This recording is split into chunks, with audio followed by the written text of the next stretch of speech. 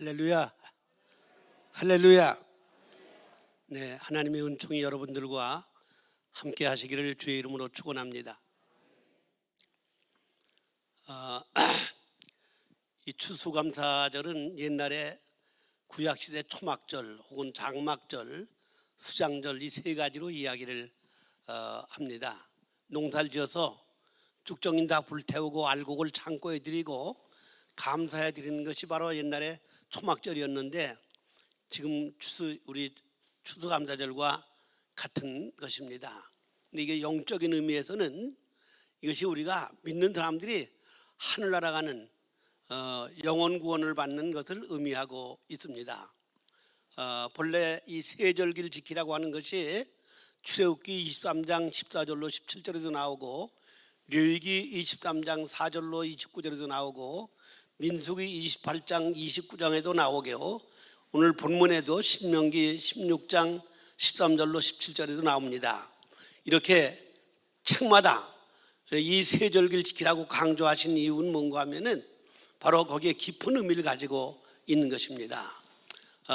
이 유월절 혹은 무교절이라고 얘기를 하는데 이것은 애굽에서 430년 동안 종살이 하다가 구원받게 된 걸 감사해 지키는 것이고, 맥추절, 오순절, 칠칠절 이 세 가지로 이야기하는데 이것은 바로 저 가나안 땅에 들어가서 농사를 져서 첫 열매를 드리면서 하나님께 감사해 드리는 게 맥추절입니다.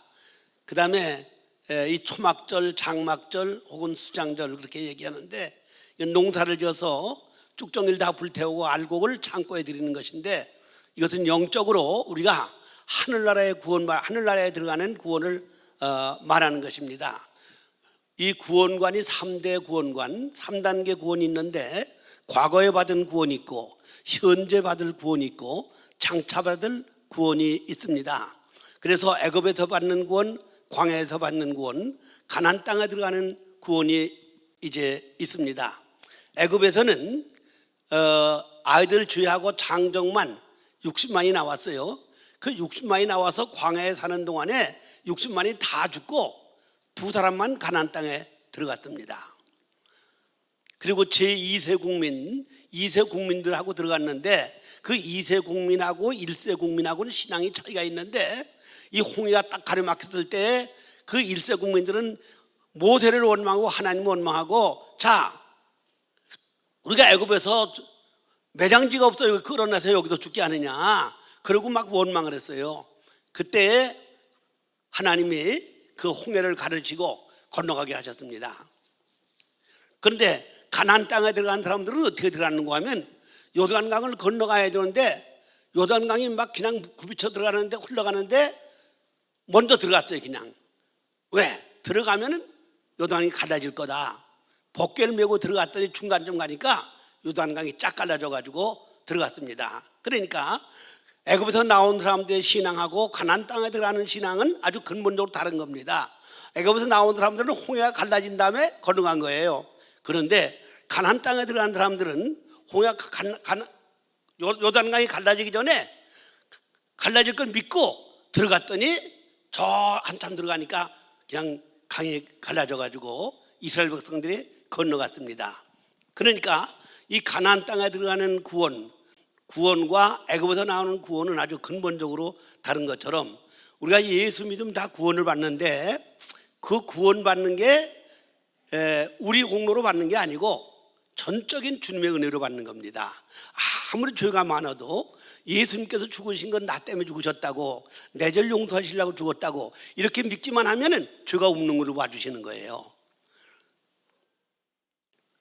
로마서 3장 23절에 보면은 사람이 범죄해서 하나님 영광에 이르지 못하더니 예수 그리스도의 구속으로 말미암아 값도 없이 의롭게 되었느니라. 그러니까 다 죄가 있어 하늘나라 갈 수가 없었는데 예수님이 우리 죄값을 지불하는 바람에 값도 없이 의인이 돼가지고 하늘나라 가게 됐다. 이제 그런 얘기예요. 에베소 2장 8절에 보면은 너희가 믿음으로 말미암아 구원을 얻었나니 이거는 과거사입니다.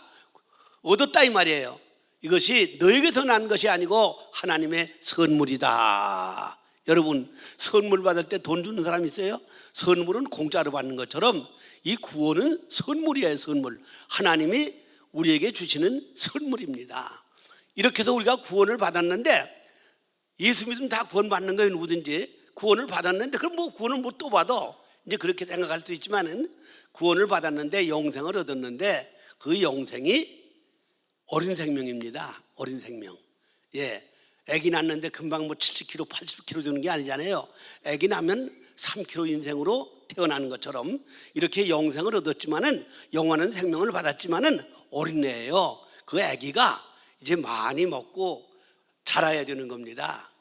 그래서 이렇게 자라나는 과정에서는 누가 해주는 게 아니고 아기가 자기가 힘쓰고 애써야 되는 거예요.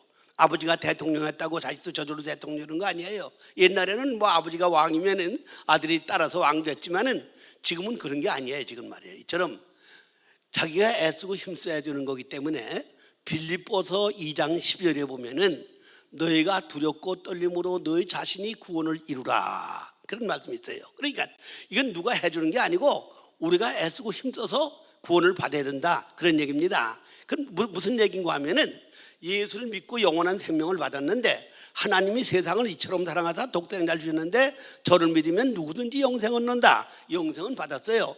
영원히 사는 생명, 하늘나라 가서 영원히 사는 생명은 받았는데 그 생명이 자라나야 되는 겁니다. 얼마만치 자라나야 되느냐. 옛날에 어른들은 못 먹었어요. 우리들 말이죠. 근데 요즘은 애들 잘 먹어가지고 1m 70, 80 막 올라가잖아요. 옛날엔 키가 커야 그냥 1m 한 65, 뭐 70밖에 못 컸어요. 그런데 지금은 1m 95, 2m도 넘어가는 애들 있잖아요. 그 왜 그래요? 옛날에는 밥도 제대로 못 먹고 살았는데 요즘은 뭐 그냥 뽀도에다가 뭐 그냥 밀크 별거 다 먹잖아요. 그래서 애들이 그냥 얼마나 크는지 말이죠.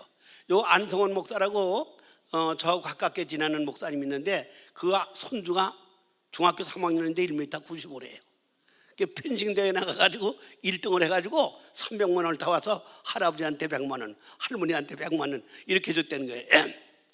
그리고 그걸로 끝난 게 아니고 대학 졸업할 때까지 나라에서 다 등록금을 대준다는 거예요. 근데 대학생하고도 싸워서 이겼대. 얘가 1m 95가 되니까 펜싱 뭐 팔이 길어야 되잖아요. 대학생들하고도 싸워서 이겼대요. 전 세계에 나가서 금메달 따는 거죠. 그렇게 되면은 매달 100만 원씩, 죽을 때까지 100만 원씩 나오고 직장이 다 보장되고 이제 그러는 겁니다. 키가 커야 출세하는 것처럼 영적인 키도 커야 되는데, 예수 믿고 영원한 생명을 얻었는데 그 생명이 자라려면은 많이 먹어야 돼요. 따라하세요. 많이 먹으면 많이 크고, 작게 먹으면 작게 크고, 안 먹으면 사는 것도 기적이다. 예, 안 먹고 사는 게 기적이죠. 요즘 한국교회 기적이 뭐냐? 성경 안 보고 신앙생활하는 거예요. 성경을 많이 읽어야 이 영혼이 자라나게 돼 있어요. 마태복음 4장 4절에 예수께서 말씀하시기를 사람이 떡으로만 사는 게 아니고 밥만 먹고 사는 게 아니다 이 말이에요. 하나님 말씀을 먹어야 사느니라. 우리 육신은 흙으로 만들어서 흙에서 나온 빵 먹고 사는 거지만 우리 영혼은 하나님의 형상대로 지어져서 하나님 말씀을 먹어야 사는 겁니다. 저는 22살 때부터 제가 예수를 믿었는데 그때는 성경 한 권 살려면 열흘 품을 팔아야 돼요. 성경이 없었어요. 한 100명 모인다고 그러면은 장로님이나 목사님이나 성경 가지고 있었지 평신도들은 성경을 못 가지고 있었어요. 쪽복음, 마태복음, 마가복음, 누가복음, 요한복음, 사도행전, 로마서, 이 쪽복음들이 나왔어요. 쪽복음. 그런데 그때는 성경 퀴즈를 한 달에 한 번씩 했습니다. 마태복음, 그러면 그냥 마태복음 다 외워가고 마가복음 다 외워. 그래서 제가 신약을 다 외워버렸어요. 그때 말이죠. 근데 그것 때문에 제가 신학도 하게 되고 그것 때문에 이렇게 목사가 된 겁니다. 그래서 아까 전에 어떤 청년을 만나서 얘기를 했는데 성경 많이 읽으라고. 몇 살이냐고 했더니 22살이라고 그래서 나도 22살 때부터 믿었다고. 예. 성경을 많이 읽어야 돼요. 예. 따라서 많이 먹으면 많이 크고, 작게 먹으면 작게 크고, 안 먹으면 사는 것도 기적이다. 제가 1년 넘게 한 15개월 동안 그 광화문에서 매주 수요일 저녁은 제가 설교를 했어요. 1년 넘게. 백선엽 장군 돌아가시던 7월 10일부터 지금까지 계속해서 수요일 날마다 제가 설교를 하고, 또 국회 앞에 가면은 매일 11시마다 예배를 드립니다. 그 차별금지법 못 만들게 하려고, 동성애법 못 만들게 하려고. 이 동성애법 차별금지법이라고 하는 것이, 그게 말은 참 좋은데 그 차별금지법이라는 게 동성애법이야 이게. 예. 그래서 이 차별금지법이 만들어지면 어떻게 되느냐? 예수 믿고 구원받는다. 그러면 형무소 가는 거예요.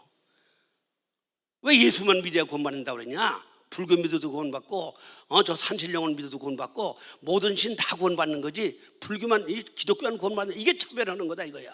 그래서 전도도 못하는 겁니다. 전도도.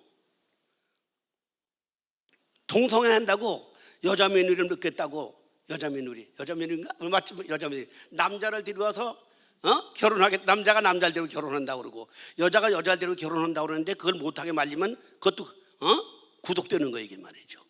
이게 차별금지법에 걸리는 거예요. 근데 그런 법을 국회에서 지금 만들려고 그러잖아요. 이게 벌써 14년도부터 7년 동안 계속 그걸 만들려고 그러는데, 거기서 지금 그걸 반대하고, 그래서 엊그저께도 저 더불당 앞에 가가지고 우리 인천 시민들이 다 나가서 이 학법 만들지 말라고 우리가 시위하고 데모하고, 우리 인천만 그런 게 아니라 253개 지역에 전체 다 전부 다 더불당 시당 사무실에 가서 전부 다 데모를 전국에 다 했어요. 전부 다. 그렇게 그거 하지 말라고 작년 6월부터 지금까지 매일 11시 예배를 드리고 있습니다. 이게 만들어지면 교회가 다 문을 닫는 거예요. 영국이 세계를 지배하는 나라였습니다. 영국은 태양이 지지 않는 나라였습니다. 영국의 선교사를 세계에 제일 많이 보내던 나라였습니다. 그런데 차별금지법 만들고 나서 영국 13,000개 교회가 문을 닫았습니다. 우리 감리교 목사가 하와이에서 목회를 하는데, UMC 교회인데 동성애 반대했다고 그래가지고 고발당해가지고 해직을 당했어요. 이 동성애법이 통과되면은, 차별금지법이 통과되면은 교회가 다 문을 닫게 되는 겁니다. 구라파에 3가지 혁명이 있었는데, 1789년도에 프랑스 혁명이 있었고, 1917년도에 볼셰비키 혁명이 있었고, 1968년도에 문화혁명이 있었습니다. 그런데 이 3가지 혁명의 공통점은 뭔가 하면 하나님을 부정하고 성경을 무시하는 겁니다. 그 프랑스 혁명이 일어나면서 교회마다 헬라 신전에 십자가를 띄워버리고 헬라 전신당을 달아놓고, 그리고 종교 지도자들을 20만 명을 죽였어요. 그 바탕에서 나온 게 칼 막스고, 그 바탕에서 나온 게 니체였습니다. 칼 막스가 공산주의를 만들어 놓고 신은 죽었다고, 함께 일하고 함께 거두고 함께 나눈다. 이게 공산주의가 아주 이론이 좋은 거예요.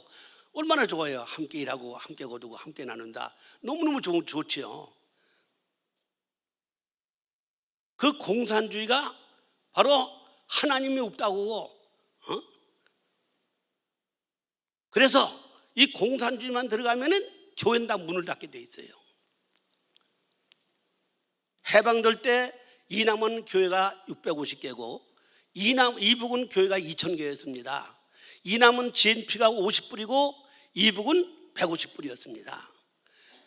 그리고 이북 교회들이 얼마나 열심히 있는지 몰라요. 그런데 해방되면서 거기는 공산주의가 되고 여기는 자유민주주의가 됐어요. 그런데 거기는 교회가 싹 없어져 버리고 여기는 교회가 650개가 지금 6만 5천 개가 됐습니다. 여기는 지금 경제 10대 강국이 돼가지고 지금 잘 살고 있고, 이북에 지금 그렇게 이북보다 3배나 못 살았는데 이북보다 지금 50배나 더 잘 살고 있어요 지금 말이죠. 이북은 못 사는 게 기적이에요. 지자원이 이남보다 훨씬 더 많은 거예요. 그래서 이 일본 사람들이 여기 한국에 투자한 돈이 52억 불인데 52억 불 중에서 29억 불을 이북에 투자하고 이남에 투자한 거는 23억 불입니다. 전기는 이북엔 260만 킬로와트고 이남은 10만 킬로와트고, 이북은 90%가 공단 개발이 되고 이남은 10%였었어요. 왜냐면 그건 지하 자원이 많고 그러니까 이북을 그렇게 일본 사람이 개발해가지고 이북이 잘 살고 이남은 못 살았는데, 지금 이북이 그렇게 못 살게 된 이유가 뭐예요? 공산주의를 하는 바람에 그렇게 된 거예요. 공산주의. 그런데 아직도 공산주의 매력을 느끼는 사람들이 있어요. 공산주의가 들어가면 다 교회가 문을 닫는 겁니다. 볼셰비키 혁명이 일어나면서 레닌이 부자 재산은 다 뺏어야 준다. 부자 재산들. 노동자의 적은 부자다. 노동자의 적은 지식인이다. 노동자의 적은 교인이다. 죽여야 된다고 그래서 2,700만을 죽였습니다.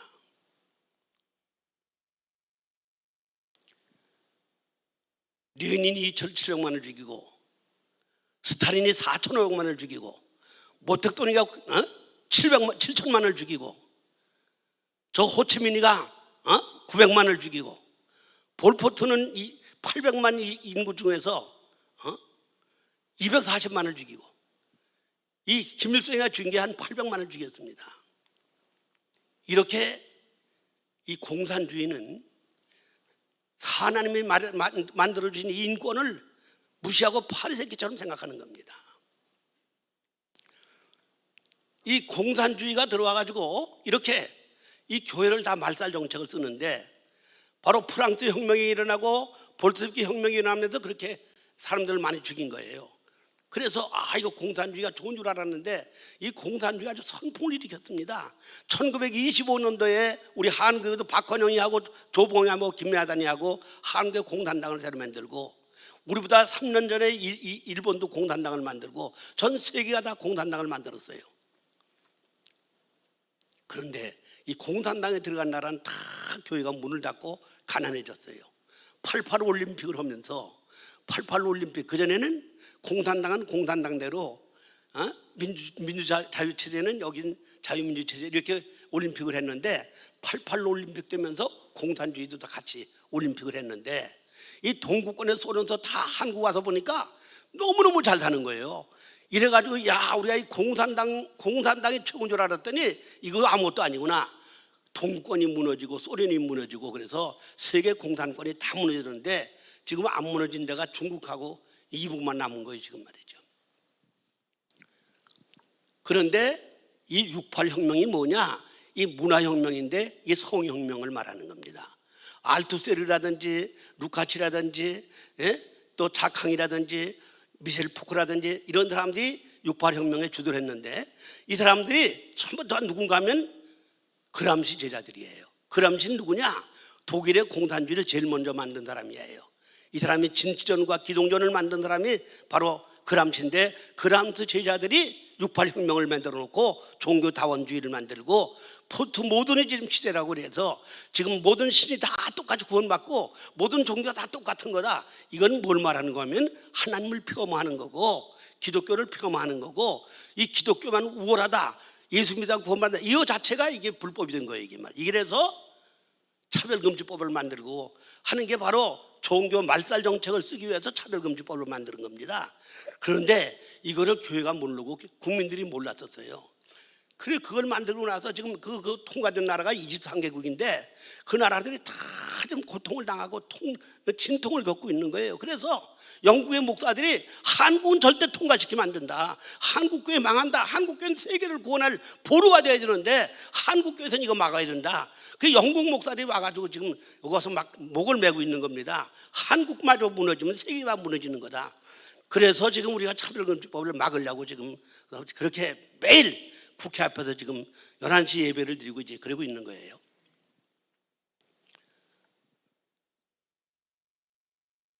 이렇게 해서 이 이북과 이남의 차이가 뭔가 하면은, 이북의 교회가 여기 3배나 더 많은데 웃게 된 게 바로 공산주의가 들어와서 그렇게 된 겁니다. 그런데 아직도 우리 남한에는 세계는 다 공산주의가 무너졌는데 이 남한은 이 주사파들이 지금 정권을 잡고 지금 이렇게 교회를 어렵게 만들고, 여러분 이 코로나라는 게 들어와가지고 교회가 15,000개가 문을 닫았어요. 30% 이상이 다 교인들이 떨어졌습니다. 지금 주일 안 지키면은 큰일 나는 줄 알고 주일날 밥도 안 사 먹고 가게도 안 가는 사람들 많아요. 옛날엔 그랬어요. 안식일 날은, 주일날은 아예 물건 사고 파는 게 아니다. 철저하게 주일을 지키는 사람들, 이런 사람들도 이 코로나 때문에 그냥 아주 교회도 안 나와도 되는 걸로 알고 이렇게 됐잖아요. 이게 그만치 신앙이 다 병들은 거예요. 이게 바로 교회를 말살시키려고 하는 이런 정책이었던 것입니다. 그래서 이것 때문에 목숨을 걸고 막은 거예요. 그런 교회들이 있습니다. 교회 폐쇄법, 이걸 안 지키면은, 코로나 법을 안 지키면 교회 폐쇄하는 법을 만들었어요. 헌법 20조에 보면은 신앙의 자유가 다 있는 것이고, 37조에 보면은 이 국가 권력이 종교를 절대 탄압할 수 없게 되어 있는 겁니다. 그리고 질병관리법이라는 것은 하위법이에요. 하위법.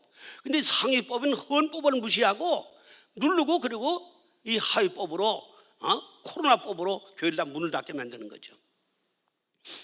그런데 이거를 반대하고 우리는 목숨을 걸고 우리는 예배드려야 된다, 이런 교회들이 교회 폐쇄법에 걸려서 문을 닫게 되고 그런 교회들도 있었는데, 그런데 그 교회들이 다 지금 더 부흥이 됐어요.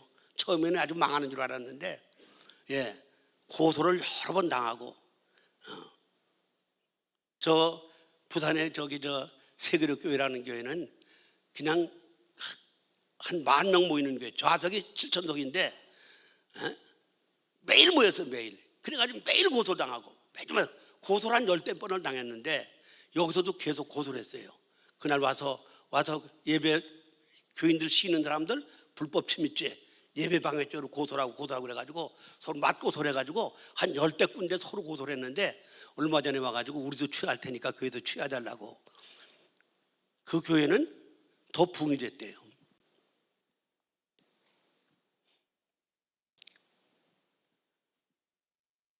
이 추수감사절은 뭔가 하면 쭉정이는 불에 태우고 알곡은 창고에 들어가는 건데, 이 알곡신앙이 되는 게 어떤 거냐?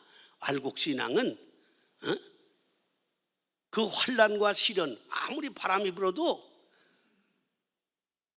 동면 날아가지 않는 거, 무리해서 날아가지 않는 거예요. 이처럼 어떤 시련이 와도 참고 견디는 거.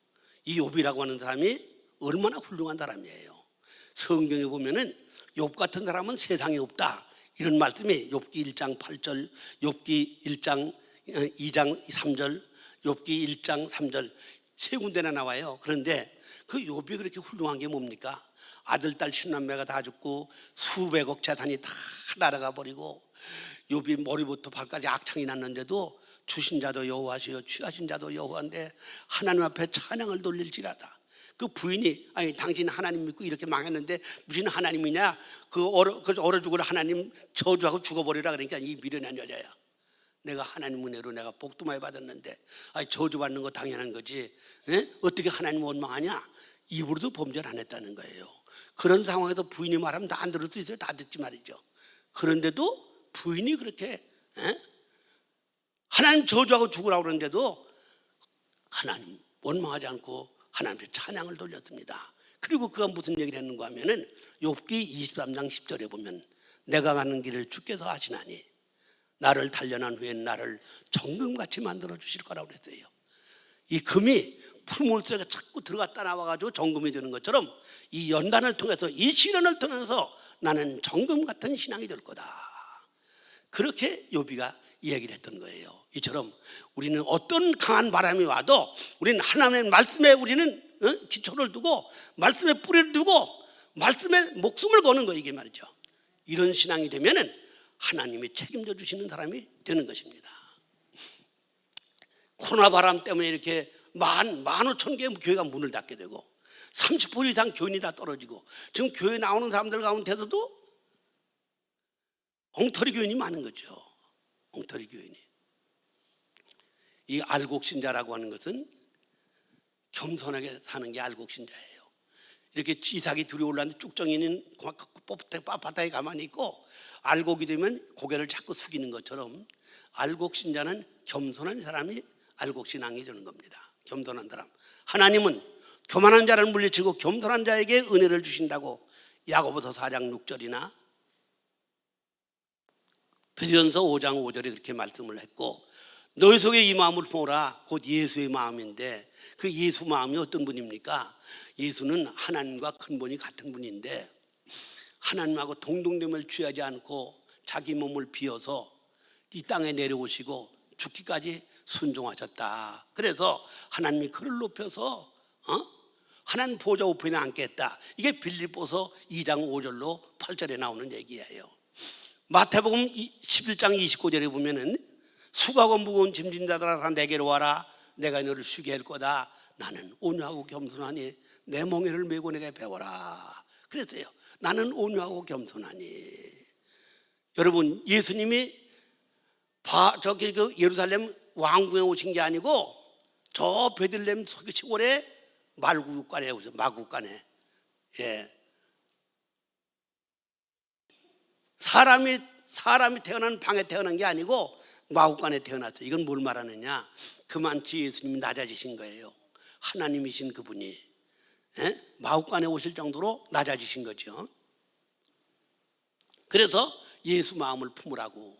그는 근본 하나님의 본처시나 동등됨을 취하지 아니하시고 자기 몸을 비워서 죽기까지 순종했느니라. 이게 바로 빌립보서 2장에 나오는 말씀이죠. 이렇게 예수를 본받고 사는 거. 여러분, 우리 근대사의 이상재라는 양반 아주 훌륭한 양반이고, 그 서재필이가 얼마나 훌륭한 사람인 건, 서재필이가 배제학당 선생으로 할 때 이승만이가 거기 들어간 거예요. 서재필 선생이 이승만이보다 12살 더 먹었어요. 그래서 가르쳤는데 한성 임시정부를 만들 때 그 제자인 12살 어린 제자 이승만이를 대표를 세웠어요. 이상재보다는 25살 낮은 아래인데 그 이승만이 한성 임시정부의 대표를 만들었어요. 그리고 3회 임시정부 때는 이승만이가 초대 대통령이 됐잖아요. 이렇게 자기를 낮추고 남을 높일 줄 아는, 이 늘뜨는 게 뭡니까? 내려가면은 저 사람이 올라가지만 또 저 사람이 또 내려오면 날 높여주는 것처럼 이렇게 남을 높여주는 거, 그런 게 바로 이제 예수님 마음인 거죠. 이처럼 예수님이 나는 온유하고 겸손하니 내게 와서 배워라.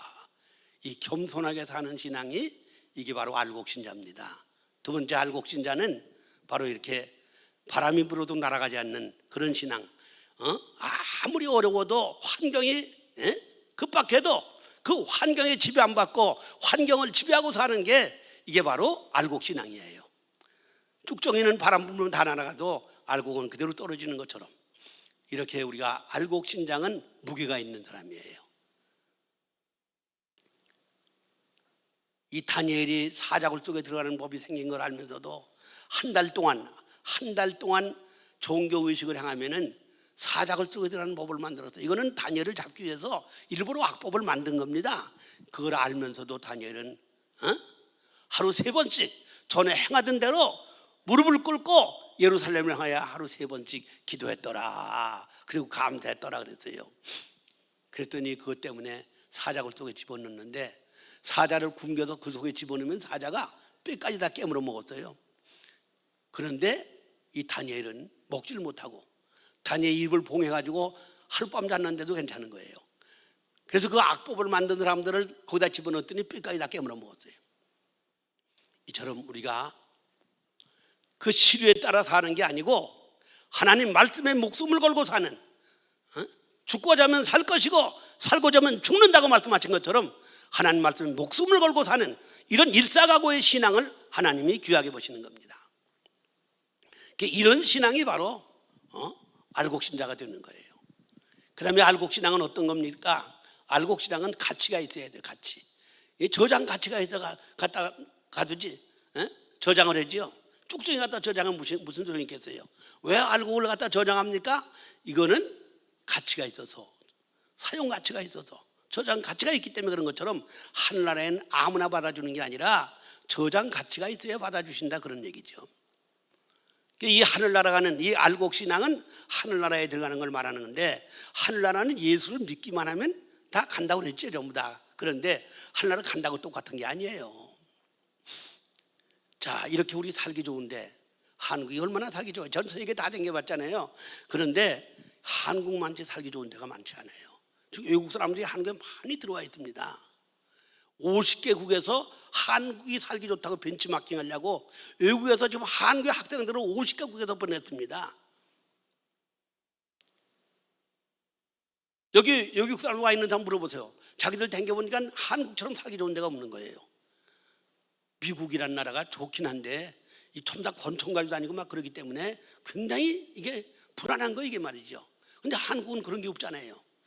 그래서 한국은 경제붕이 됐지만서도 살기가 참 좋은 거 이게 말이죠.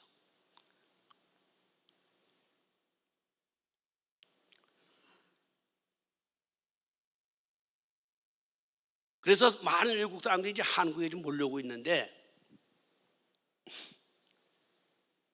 이렇게 살기 좋아도 집 한 채 없는 사람이 많아요. 집 없는 사람들, 평생 집도 한 칸 없이 살다 가는 사람들, 한 푼 주시오, 한 푼 주시오 이렇게 살다가 가는 사람들, 그 사람 그렇게 살고 싶어 살겠어요? 어쩌고 하다 보니까 그래도 했지 말이죠. 그런데 하늘나라에 가도 거긴 죽지도 않고 영원히 사는 거예요. 여기는 뭐 그냥 100년밖에 못 사는 거니까 잠깐이라도 인생은 나그네다. 나그네라는 말이 잠깐 왔다 가는 거다 그런 얘기예요. 인생 나그네다, 인생은 철호와 같다, 인생은 유수와 같다, 인생은 안개 같다. 이거 다 인생은 잠깐이라는 얘기예요. 그런데 하늘나라는 죽질 않아요. 우리 겉사람이 있고 속사람이 있는데, 이 겉사람은 흙으로 만들어서 다시 흙으로 가는 거지만 속사람은 하나님의 형상대로 지어져 가지고 다시 영원히 사는데, 영원히 고통을 당하느냐 영원히 행복하게 사느냐 둘 중에 하나예요. 지옥 가서 불속 가서 영원히 고통을 당하느냐, 차라리 죽으면 좋겠는데 죽질 않는단 말이에요. 마태복음 25장 41절에 보면은 그 지옥불에 가서 꺼지지 않는 불에 가서 영원히 고통할 건데, 왜 하나님이 지옥을 만들었느냐? 거긴 사람을 보내려고 만든 게 아니라 마귀를 보내려고 만들었는데, 마귀의 종된 사람들은 마귀와 함께 거기를 보내겠다 그랬어요. 자, 그런데 천당은 또 그냥 근심도 없지, 걱정도 없지, 슬픔도 없지, 눈물도 없지, 이별도 없지, 아픈 것도 없지, 늙지도 않지, 죽지도 않지, 한 번 마시면 목이 안 마르지, 한 번 먹으면 배가 안 고프지, 한 번 입으면 떨어지지 않지. 이런 곳이 어디 있어 이 세상에 말이지. 그런데 그렇게 좋은 세상에 가서 사는데 다 가서 잘 사는 게 아니고 거기도 천태만상이에요. 거기도 집 한 칸 없이 사는 사람도 있어요. 천당에 살긴 사는데 집 한 칸 없이 사는 사람이 있어요. 근데 거기서 잘 살려면 어떻게 살아야 되느냐? 여기서 심어야 되는 거예요. 봄에 심은 대로 가을에 거두는 것처럼 이 나그네 인생살이 속에서 하늘나라의 보물을 쌓고 산 사람들은 하늘나라에 거두게 된다고, 많이 심으면 많이 거둔다고, 너의 보물을 하늘에 쌓으라고 마태복음 6장 19절에 예수님 말씀하셨잖아요. 여러분, 우리 예수님께서 우리 위해서 죽기까지 하셨는데 우리 가난하게 만들려고 보물 쌓으라고 말씀하신 게 아니에요. 그 영원히 사는 하늘나라에서 우리가 보상받고 잘 살게 하시려고 예수님이 하늘나라에 보물을 쌓으라고 말씀하신 겁니다. 그러면 거기 가서 금은보석 꾸민 집, 요한계시록 21장 19절부터 21절에 볼 것 같으면 거기는 12가지 보석으로 집을 짓고 문을 진주로 만들고 길바닥은 다 황금을 깔고, 하나님은 거짓말 안 하시는 분이에요. 거짓말 못 하시는 분이에요. 그런 세계, 이거 제 얘기가 아니잖아요. 성경 한번 가보세요. 그런 세계를 우리에게 유업으로 주시는데 여기서 어떻게 살았느냐? 산 대로 보상을 받는 겁니다. 따라하세요. 싼 거 먹고 하나님께 헌금 드리고, 싼 거 입고 하나님 앞에 헌금 드리고, 나보다도 남을 더 낫게 여기고, 죽어다 깨도 남한테 신세 안 지고 남한테 유익을 주자, 이렇게 사는 게 이 기독교인의 삶의 철학이에요. 단군이 홍익인간 주장했는데, 홍익인간, 이 홍익인간이라는 말이 무슨 말이에요? 모든 사람에게 유익을 주고 사는 게 이게 홍익인간이에요. 홍익인간, 넓은 홍자, 그러니까 모든 전 세계 사람이 다 우리 형제이기 때문에 이게 세계명입니다. 요한복음 13장 34절에 내가 세계명을 주니 서로 사랑해라. 내가 너를 사랑한 것처럼 너도 사랑해라. 이게 세계명인데 이 세계명이 뭐예요? 세계명은 10계명을 둘로 나누면 첫째부터 넷째 계명은 하나님을 존경하는 것이고 다섯째부터 열째 계명은 이웃을 내 몸처럼 사랑하는 겁니다. 이건 마태복음 22장 36절에서 40절에 나오는 얘기예요. 근데 이거를 묶어놓은 게 성경 66권을 묶어놓은 게 613가지 율법이고 613개 율법을 묶은 게 10계명이고 10계명을 묶어놓은 게 하나님 공경하고 이웃 사랑하는 거고 이거를 묶어놓은 게 바로 세계명인데 그 세계명이 이게 홍익인간이에요. 홍익인간. 그래서 이 단군이라고 하는 분은 욕단, 이 노아의 6대손 되는 욕단이라는 사람이 이 동쪽으로 가서 나라를 세웠는데 바로 단군이 욕단입니다. 그래서 홍익인간을 주장했는데 이게 모든 사람에게 유익을 주고 사는 게 이게 홍익인간이에요. 이처럼 하늘나라에는 죽었다 그건 남한테 신세 안 진다. 어떤 사람은 남 이용해 먹으려고 그렇게 애를 쓰는 사람도 많잖아요. 그런 사람은 하늘나라 근처도 못 가는 거예요. 제가 예수 믿고 은혜 받고 나서 내가 절대 남한테 피 끼치지 말아야지. 부흥회 가도 그냥 피 안 끼치려고 그냥 싼 거 먹고 싼 거 입고 싼 집에 가고 제가 그 주장하는 사람이에요. 제가 말이에요. 그런데 이렇게 해서 우리는 최대한 아껴가지고 하나님께 헌금하는 거, 이게 바로 이 기독교인의 삶의 철학인 것입니다.